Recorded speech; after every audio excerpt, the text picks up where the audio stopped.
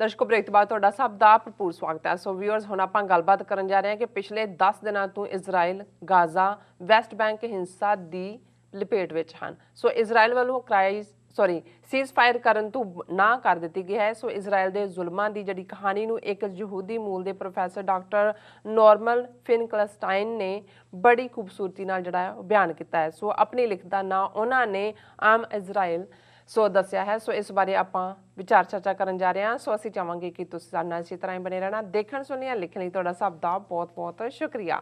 ਈਰਾਰ ਸਾਹਿਬ ਕੀ ਕਹਿਣਾ ਚਾਹੋਗੇ? ਦੇਖੋ 10ਵਾਂ ਦਿਨ ਵੀ ਮੁਕੰਮਲ ਹੋਣ ਤੇ ਹੈ। ਵਾਇਲੈਂਸ ਇਜ਼ਰਾਈਲ ਵੱਲੋਂ ਵੀ ਜਾਰੀ ਹੈ, ਉਧਰੋਂ ਵੀ ਰੈਜ਼ਿਸਟੈਂਸ ਬਰਾਬਰ ਚੱਲ ਰਹੀ ਹੈ।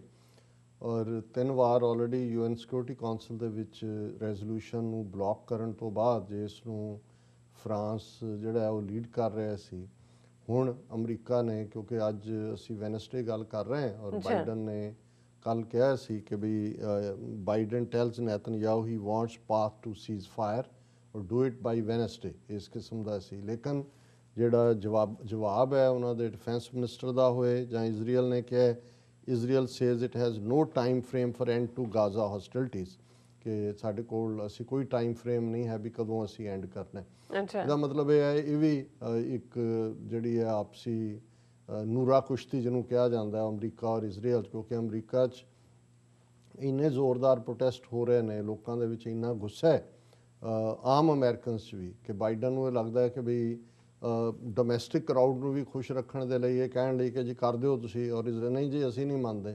ਅਦਰਵਾਈਜ਼ ਜੇ ਅਮਰੀਕਾ ਬਿਲਕੁਲ ਇਸ ਗੱਲ ਦੇ ਉੱਤੇ ਹੀ ਆਮਦਾ ਹੋਏ ਕਿ ਇਸ ਨੂੰ ਸੀਜ਼ ਫਾਇਰ ਕਰਵਾਉਣਾ, ਫਿਰ UN ਸਿਕਿਉਰਿਟੀ ਕਾਉਂਸਲ ਦੇ ਥੱਲੇ ਕਰਕੇ ਜੇ ਨਹੀਂ ਕਰਦਾ ਤਾਂ ਸੈਂਕਸ਼ਨਸ ਦੀ ਲਾਈਨ ਸ਼ੁਰੂ ਹੋ ਜਾਂਦੀ ਹੈ। ਇਸੇ ਲਈ ਅਮਰੀਕਾ ਇੱਕ ਪਾਸੇ ਡੋਮੈਸਟਿਕ ਕੰਜ਼ੰਪਸ਼ਨ ਲਈ ਹੈ ਔਰ ਦੂਸਰੇ ਪਾਸੇ ਜਿਹੜਾ ਉਹਨਾਂ ਨੂੰ ਜਿਹੜੀ ਹੈ ਉਹ ਵਿੰਕ ਐਂਡ ਨੋਡ ਹੈਗੀ ਹੈ ਕਿ ਭਾਈ ਇੱਕ ਵਾਰੀ ਤੁਸੀਂ ਕਰ ਦਿਓ ਕੰਮ। ਹੁਣ ਇਸ ਸਾਰੇ ਦੇ ਚੱਲਦਿਆਂ ਜਿੱਥੇ ਜਸਟਿਸ ਲਵਿੰਗ ਲੋਕ, ਜਿਹੜੇ ਲੋਕ ਇਨਸਾਫ 'ਚ, ਅਦਲ 'ਚ, ਇਨਸਾਨੀਅਤ 'ਚ ਯਕੀਨ ਰੱਖਦੇ ਨੇ, ਉਹ ਆਵਾਜ਼ ਚੁੱਕ ਰਹੇ ਨੇ।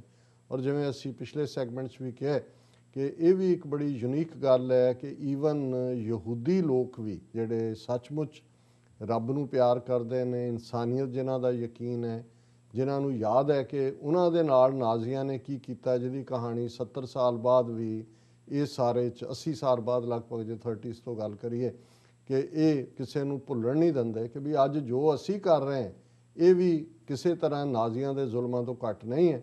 ਉਹ ਆਵਾਜ਼ ਵੀ ਚੁੱਕ ਰਹੇ ਨੇ। ਉਹਨਾਂ 'ਚ ਕੁਝ ਸਾਬਕਾ ਫੌਜੀ ਵੀ ਨੇ ਇਜ਼ਰਾਈਲ ਦੇ, ਕੁਝ ਉਹਨਾਂ ਦੇ 에ਅਰਫੋਰਸ ਪਾਇਲਟ ਜਿਨ੍ਹਾਂ ਨੇ ਜਿਹੜਾ ਉਸ 'ਚ ਉਹਨਾਂ ਦੇ ਇੱਕ ਫਾਰਮਰ ਇਜ਼ਰਾਈਲੀ ਸੋਲਜਰ ਨੇ ਇਹ ਅੱਜ ਸਟੇਟਮੈਂਟ ਵੀ ਦਿੱਤੀ ਹੈ। ਉਹਨਾਂ ਦਾ ਨਾਮ ਯੋਨਟਾਨ ਸ਼ਪੀਰਾ। ਉਹਨਾਂ ਨੇ ਕਿਹਾ ਕਿ we our army is a terrorist organisation run by criminals. ਇਹ ਹੁਣ ਕਿਸੇ ਇਜ਼ਰਾਈਲ ਦੇ ਸਾਬਕਾ ਸੋਲਜਰ ਦਾ ਇਸ ਲੈਵਲ 'ਤੇ ਕਹਿਣਾ ਇਹ ਗੱਲ ਛੋਟੀ ਗੱਲ ਨਹੀਂ ਹੈ। ਔਰ ਉਹਨੇ ਇਹ ਆਪਣਾ ਐਕਸਪੀਰੀਅੰਸ ਦਿੱਤਾ ਹੈ ਕਿ ਵੀ ਕਿਵੇਂ ਮੇਰੇ ਮਨ 'ਚ ਜਦੋਂ ਮੈਂ ਔਰ ਭਰਤੀ ਹੋਇਆ ਔਰ ਮੇਰੇ ਮਨ 'ਚ ਚਾਅ ਸੀ ਮੁਲਕ ਦੀ ਸੇਵਾ ਦਾ, ਪਰ ਜਦੋਂ ਮੈਂ ਦੇਖਿਆ ਕਿ ਭਾਈ ਸਾਡੇ ਤੋਂ ਉਹ ਕੁਛ ਕਰਵਾਇਆ ਜਾ ਰਿਹਾ ਜਿਹੜਾ ਵਾਰ ਕ੍ਰਾਈਮ ਨੇ, ਤੁਸੀਂ ਆਮ ਸਿਵਿਲੀਅਨ ਪਾਪੂਲੇਸ਼ਨ ਨੂੰ ਟਾਰਗੇਟ ਕਰ ਰਹੇ ਹੋ, ਫਿਰ ਉਹਨੇ ਛੱਡਿਆ ਵੀ, ਆਪਣੇ ਵਰਗੇ ਹੋਰਨਾਂ ਨੂੰ ਵੀ ਕਿਹਾ ਕਿ ਆਓ ਜੁਆਇਨ ਕਰੀਏ। ਸੋ ਉਹਨਾਂ ਨੇ ਵੀ ਆਪਣੀ ਆਵਾਜ਼ ਚੁੱਕੀ ਹੈ। ਲੇਕਿਨ ਜਿਹੜੀ ਇਸ ਵੇਲੇ ਅੱਜ ਮੈਂ ਡਿਸਕਸ ਕਰਨ ਜਾ ਰਿਹਾ, ਸਾਨੂੰ ਯਵਾਰ ਸ਼ਾਹ ਜੀ ਨੇ ਭੇਜਿਆ ਆਰਟੀਕਲ, ਔਰ ਇਹ ਡਾਕਟਰ ਨੋਰਮਨ ਫਿੰਕਲਸਟਾਈਨ ਨੇ, ਇਹ ਪ੍ਰਿੰਸਟਨ ਯੂਨੀਵਰਸਿਟੀ ਤੋਂ ਇਹਨਾਂ ਨੇ PhD ਕੀਤੀ ਹੈ। ਔਰ ਕਈ ਵਾਰ ਤੁਸੀਂ ਥੋੜ੍ਹੇ ਲਫ਼ਜ਼ਾਂ ਦੇ ਵਿੱਚ ਸਾਰੀ ਕਹਾਣੀ ਬਿਆਨ ਕਰ ਦਿੰਦੇ ਹੋ। ਜਿਵੇਂ ਅੱਜ ਕੱਲ੍ਹ ਸੋਸ਼ਲ ਮੀਡੀਆ 'ਤੇ ਮੈਂ ਪੰਜਾਬ ਬੋਲਦਾ, ਇਹਦੇ ਥੱਲੇ ਕਿਸੇ ਦੇ ਰਾਈਟ ਅਪ ਹੁੰਦੇ ਨੇ, ਅਤੇ ਪੰਜਾਬ ਦੇ ਨਾਲ ਪਿਛਲੇ 74 ਸਾਲ ਤੋਂ ਕੀ ਹੋ ਰਿਹਾ, ਅੱਜ ਪੰਜਾਬ ਕਿਸ 'ਚੋਂ ਗੁਜ਼ਰ ਰਿਹਾ, ਉਹਦੇ 'ਚ ਹਰ ਘਟਨਾ ਨੂੰ ਕਿਸੇ ਬੰਦੇ ਨਾਲ ਨਾ ਜੋੜ ਕੇ ਮੈਂ ਪੰਜਾਬ ਬੋਲਦਾ ਕਿ ਸਟੋਰੀ ਆਫ ਮਾਈ ਪੰਜਾਬ। ਔਰ ਪੰਜਾਬ ਖੁਦ ਦੱਸ ਰਿਹਾ ਹੈ ਕਿ ਵੀ ਮੇਰੇ ਨਾਲ ਕੀ ਵਾਪਰਿਆ ਔਰ ਕੀ ਵਾਪਰਿਆ। ਸੋ ਇਹਦਾ ਟਾਈਟਲ ਇਹ ਹੈ ਕਿ ਆਈ ਐਮ ਇਜ਼ਰਾਈਲ, ਔਰ ਇਹਦੇ 'ਚ ਉਹਨਾਂ ਨੇ ਕਿਹਾ ਕਿ I am Israel, I came to a land without a people for a people without a land. ਹੁਣ ਇਹ ਉਹਦੀ ਜਿਵੇਂ ਡੈਮੋਕ੍ਰੇਸੀ ਨੂੰ of the people, by the people, for the people ਕਹਿੰਦੇ ਨੇ ਕਿ ਵੀ ਮੈਂ ਉਸ ਧਰਤੀ ਦੇ ਉੱਤੇ ਆਇਆ ਜਿੱਥੇ ਮੇਰੇ ਲੋਕ ਨਹੀਂ ਸੀ ਔਰ ਜ਼ਮੀਨ ਵੀ ਨਹੀਂ ਸੀ, ਪਰ ਇਹ ਉਹਦੇ 'ਤੇ ਜਿਵੇਂ ਹੁੰਦਾ ਇਹ ਈਵਨ ਇਜ਼ਰਾਈਲ ਦੀ ਕਾਇਮੀ ਨੂੰ ਹੀ ਜਿਹੜਾ ਉਹ ਇੱਕ ਚੈਲੰਜ ਦੇ ਤੌਰ ਤੇ ਇਹ ਜੁਮਲਾ ਹੈ। ਅੱਛਾ Those people who happened to be here had no right to be here, and my people showed them that they had to leave or die, razing 400 Palestinian villages to the ground, erasing their history. ਕਿ ਮੈਂ ਆਇਆ ਹੁਣੇ ਆਈ am Israel, ਇਹ ਸੈਟੀਅਰ ਵੀ ਹੈ ਕਿ ਇੱਕ ਕਹਾਣੀ ਵੀ ਬਿਆਨ ਕੀਤੀ ਜਾ ਰਹੀ ਹੈ ਕਿ ਸਾਡੇ ਲੋਕਾਂ ਨੇ ਫਲਸਤੀਨੀਆਂ ਨਾਲ ਕੀ ਕੀਤਾ ਹੈ। ਉਹਨਾਂ ਨੇ ਕਿਹਾ ਕਿ ਬਈ ਉਹਨਾਂ ਦਾ ਕੋਈ ਹੱਕ ਨਹੀਂ ਸੀ ਇੱਥੇ ਆਉਣ ਦਾ, ਔਰ ਉਹਨਾਂ ਲੋਕਾਂ ਨੂੰ ਅਪਰੂਟ ਕਰਨ ਦਾ ਜਿਹੜੇ ਇੱਥੇ ਰਹਿ ਰਹੇ ਸੀ, ਪਰ ਮੇਰੇ ਲੋਕਾਂ ਨੇ ਉਹਨਾਂ ਨੂੰ ਕਿਹਾ ਕਿ ਜਾਂ ਇੱਥੋਂ ਨਿਕਲ ਜਾਓ ਜਾਂ ਮਰਨ ਲਈ ਤਿਆਰ ਰਹੋ। 400 ਫਲਸਤੀਨੀਆਂ ਦੇ ਪਿੰਡ ਜਿਹੜੇ ਪਿੰਡ ਜ਼ਮੀਨ ਦੇ ਵਿੱਚ ਮਿਲਾ ਦਿੱਤੇ ਗਏ ਔਰ ਉਹਨਾਂ ਦੀ ਹਿਸਟਰੀ, ਉਹਨਾਂ ਦੀ ਤਾਰੀਖ ਮਿਟਾ ਦਿੱਤੀ ਗਈ। ਆਈ am Israel. Some of my people committed massacres and later became prime ministers to represent me. ਕਿ ਮੇਰੇ ਉਹ ਕੁਛ ਲੋਕ ਜਿਨ੍ਹਾਂ ਨੇ ਕਤਲੇਆਮ ਕੀਤੇ ਬਾਅਦ 'ਚ ਇਸ ਮੁਲਕ ਦੇ ਇਜ਼ਰਾਈਲ ਦੇ ਪ੍ਰਾਈਮ ਮਿਨਿਸਟਰ ਬਣੇ। In 1948, Menachem Begin was in charge of the unit that slaughtered the inhabitants of Deir Yassin, including 100 women and children. ਕਿ 1948 'ਚ ਮੈਨਾਕੈਮ ਬਿਗਨ ਨੇ ਜਿਹੜਾ ਜਿਸ ਯੂਨਿਟ ਦਾ ਇੰਚਾਰਜ ਸੀ, ਉਹਨਾਂ ਨੇ ਡਾਇਰ ਯਾਸੀਨ ਦੇ ਜਿਹੜੇ ਵਛਿੰਦੇ ਸੀ ਉਹਨਾਂ ਦਾ ਕਤਲੇਆਮ ਕੀਤਾ, ਜਿਨ੍ਹਾਂ 'ਚ 100 ਔਰਤਾਂ ਔਰ ਬੱਚੇ ਸ਼ਾਮਲ ਸੀ। ਹੁਣ ਇਹੀ ਮੈਨਾਕੈਮ ਬਿਗਨ ਜਿਹੜਾ ਪ੍ਰਾਈਮ ਮਿਨਿਸਟਰ ਵੀ ਬਣਿਆ Israel the. In 1953, Ariel Sharon led the slaughter of inhabitants of Gibeah, and in 1982 arranged for our allies to butcher around 2,000 in the refugee camps of Sabra and Shatila. ਕਿ 1953 'ਚ Ariel ਸ਼ੈਰੋਨ ਨੇ ਉਸ ਕਤਲੇਆਮ ਦੇ ਟੋਲੇ ਦੀ ਅਗਵਾਈ ਕੀਤੀ ਜਿਨ੍ਹਾਂ ਨੇ ਕਿਬੀਆ ਦੇ ਵਛਿੰਦਿਆਂ ਨੂੰ ਮਾਰਿਆ, ਔਰ 1982 ਦੇ 1982 ਦੇ ਵਿੱਚ ਸਾਡੇ ਔਰ ਜਿਹੜੇ ਅਲਾਈ ਸੀ ਇਜ਼ਰਾਈਲ ਦੇ, ਜ਼ਾਹਰ ਹੈ ਕਿ ਅਮਰੀਕਾ ਔਰ ਸਾਰੇ ਉਹਦੇ ਸ਼ਾਮਲ ਨੇ, ਉਹਨਾਂ ਨੇ 2000 ਰਿਫਿਊਜੀਆਂ ਨੂੰ ਕੈਂਪਾਂ ਦੇ ਵਿੱਚ ਸਬਰਾ ਔਰ ਸ਼ੈਤਲਾ ਦੇ ਜਾ ਕੇ ਜਿਹੜਾ ਉਹਨਾਂ ਦਾ ਖੂਨ ਕੀਤਾ। ਆਈ ਐਮ ਇਜ਼ਰਾਈਲ, ਮੈਂ ਇਜ਼ਰਾਈਲ ਹੈ। Carved in 1948 out of 78% of the land of Palestine, dispossessing its inhabitants and replacing them with Jews from Europe and other parts of the world. ਕਿ 1948 'ਚ ਮੇਰੀ ਹੋਂਦ ਬਣੀ, ਅਸੀਂ 78% ਜ਼ਮੀਨ ਜਿਹੜੀ ਹੈ ਉਹ ਫਲਸਤੀਨੀਆਂ ਦੀ ਖੋਈ, ਉਹਨਾਂ ਤੋਂ ਜਿਹੜੇ ਵਛਿੰਦੇ ਸੀ ਉਹਨਾਂ ਦੀ, ਔਰ ਉਸ ਦੇ ਉੱਤੇ ਯੂਰਪ ਔਰ ਦੂਸਰੀਆਂ ਥਾਵਾਂ ਤੋਂ ਜਿਹੜੇ ਆਏ ਹੋਏ ਯਹੂਦੀ ਸੀ ਉਹਨਾਂ ਨੂੰ ਵਸਾਇਆ। While the natives whose families lived on this land for thousands of years are not allowed to return, Jews from all over the world are welcome to instant citizenship. ਉਹਨਾਂ ਨੇ ਕਿਹਾ ਵੀ ਉਹ ਧਰਤੀ ਜਿਨ੍ਹਾਂ ਦੀ ਸੀ, ਜਿਨ੍ਹਾਂ ਦੇ ਪੁਰਖੇ ਹਜ਼ਾਰਾਂ ਸਾਲਾਂ ਤੋਂ ਉੱਥੇ ਸੀ, ਉਹਨਾਂ ਨੂੰ ਵਾਪਸ ਆਉਣ ਦਾ ਕੋਈ ਹੱਕ ਨਹੀਂ ਹੈ, ਜਦੋਂ ਕਿ ਯਹੂਦੀ ਦੁਨੀਆ ਭਰ ਜਿਹੜਾ ਵੀ ਹੈ ਜਦੋਂ ਮਰਜ਼ੀ ਆ ਕੇ ਉੱਥੋਂ ਦੀ ਸਿਟੀਜ਼ਨਸ਼ਿਪ ਲੈ ਸਕਦਾ ਹੈ। ਆਈ am Israel. In 1967, I swallowed the remaining lands of Palestine, East Jerusalem, West Bank and Gaza, and placed their inhabitants under an oppressive military rule, controlling and humiliating every aspect of their daily lives. Eventually, they should get the message that they are not welcome to stay and join the millions of Palestinian refugees in the shanty camps of Lebanon and Jordan. ਕਿ 1967 'ਚ ਜਿਹੜੇ ਬਾਕੀ ਫਲਸਤੀਨ ਦੀ land ਬਚੀ ਸੀ, East Jerusalem, West bank, Gaza, ਉਹ ਵੀ ਮੈਂ ਹੜੱਪ ਲਈ, ਔਰ ਉਹਨਾਂ ਦੇ ਰਹਿਣ ਵਾਲੇ ਇਹਨਾਂ ਥਾਵਾਂ ਦੇ ਵਛਿੰਦਿਆਂ ਨੂੰ ਜਿਹੜਾ ਮਿਲਟਰੀ ਰੂਲ ਦੇ ਥੱਲੇ ਲਿਆਂਦਾ ਹੈ, ਉਹਨਾਂ ਨੂੰ ਰੋਜ਼ਾਨਾ ਜਿਹੜਾ ਬੇਇੱਜ਼ਤ ਕੀਤਾ ਜਾਂਦਾ ਹੈ, ਉਹਨਾਂ ਦੀਆਂ ਜ਼ਿੰਦਗੀਆਂ ਨੂੰ ਅਜ਼ਾਬ ਬਣਾਇਆ ਹੋਇਆ। ਉਹਨਾਂ ਨੂੰ ਸੁਨੇਹਾ ਇਹੀ ਦਿੱਤਾ ਗਿਆ ਕਿ ਭਾਈ ਜੇ ਉਹ ਇਸੇ ਹਾਲ 'ਚ ਰਹਿਣਾ ਚਾਹੁੰਦੇ ਨੇ ਤਾਂ ਫਿਰ ਉਹ ਜਾ ਕੇ ਜਿੱਥੇ ਬਾਕੀ ਫਲਸਤੀਨੀ ਰਹਿੰਦੇ ਨੇ, ਸ਼ੈਂਟੀ ਕੈਂਪਸ ਲੈਬਨਾਨ ਔਰ ਜਾਰਡਨ ਦੇ, ਉੱਥੇ ਚਲੇ ਜਾਓ, ਇੱਥੇ ਤੁਹਾਡਾ ਇਹ ਹੱਕ। I am Israel. I have the power to control American policy. ਵੀ ਮੇਰੇ ਕੋਲ ਤਾਕਤ ਹੈ, ਮੈਂ ਹੀ ਅਮਰੀਕਨ ਪੋਲਿਸੀ ਨੂੰ ਕੰਟਰੋਲ ਕਰਦਾ। My American Israel Public Affairs Committee can make or break any politician of its choosing, and as you see, they all compete to please me.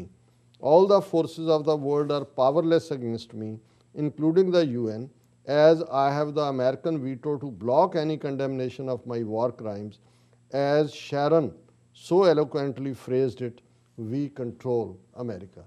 Sharan prime minister ਰਿਹਾ ਕਿ ਜਿਵੇਂ ਉਹਨੇ ਕਿਹਾ ਸੀ ਕਿ ਜੀ ਅਸੀਂ ਅਮਰੀਕਾ ਨੂੰ ਕੰਟਰੋਲ ਕਰਦੇ, ਉਹਨਾਂ ਨੇ ਕਿਹਾ ਕਿ ਜੀ ਇੱਥੇ ਦੌੜ ਲੱਗੀ ਹੁੰਦੀ ਹੈ ਕਿ ਅਮਰੀਕਨ ਜਿਹੜੀ ਇਜ਼ਰਾਈਲ ਪਬਲਿਕ ਅਫੇਅਰਸ ਕਮੇਟੀ ਹੈ PAC, ਉਹਦੇ ਸਾਹਮਣੇ ਸਾਬਤ ਕਰਨ ਦੇ ਲਈ ਕਿ ਕਿਹੜਾ ਇਜ਼ਰਾਈਲ ਨਾਲ ਕਿੰਨਾ ਲਾਇਲ ਹੈ। ਉਹਨੇ ਕਿਹਾ ਵੀ ਦੁਨੀਆ ਸਾਰੀ ਮੇਰੇ ਸਾਹਮਣੇ ਤਾਕਤਹੀਨ ਹੈ ਯੂਨਾਈਟਿਡ ਨੇਸ਼ਨ ਸਮੇਤ, ਕਿਉਂਕਿ ਅਮਰੀਕਾ ਨੂੰ ਮੈਂ ਕਾਬੂ ਕੀਤਾ ਹੋਇਆ ਜਿਹਦੇ ਕੋਲ ਵੀਟੋ ਦਾ ਹੱਕ ਹੈ। ਔਰ ਜਿਵੇਂ ਉਹਨੇ ਸ਼ਰੋਨ ਨੇ ਕਿਹਾ ਸੀ ਕਿ ਅਸੀਂ ਅਮਰੀਕਾ ਨੂੰ ਕੰਟਰੋਲ ਕਰ। ਆਈ am Israel, I influence American mainstream media too, and you will always find the news tailored to my favor.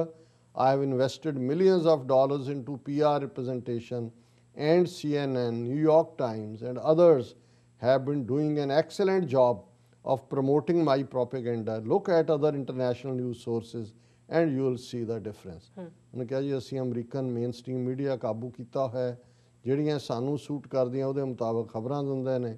ਉਹ CNN ਹੋਏ, ਨਿਊਯਾਰਕ ਟਾਈਮਸ ਹੋਏ, ਔਰ ਦੂਜੇ ਫਰਕ ਦੇਖਣਾ ਤੇ ਬਾਕੀ ਦੁਨੀਆ ਦਾ ਮੀਡੀਆ ਔਰ ਅਮਰੀਕਨ ਮੀਡੀਆ ਦੇਖ ਲਓ, ਫਿਰ ਤੁਹਾਨੂੰ ਲੱਗ ਜਾਏਗਾ ਕਿ ਕਿਵੇਂ tailored tutored for Israeli interest ਹੈ America. I am Israel, you Palestinians want to negotiate peace but you are not as smart as me. ਤੁਸੀਂ ਅਮਨ ਦਾ ਬਾਰੇ ਗੱਲਬਾਤ, ਪਰ ਤੁਸੀਂ ਤਾਂ ਮੇਰੇ ਵਾਂਗ ਸਮਾਰਟ ਹੀ ਨਹੀਂ। I will negotiate but will only let you have your municipalities while I control your borders, your water, your airspace, and anything else of importance. While we negotiate, I'll swallow your hilltops and fill them with settlements populated by the most extremist of my extremists, armed to the teeth.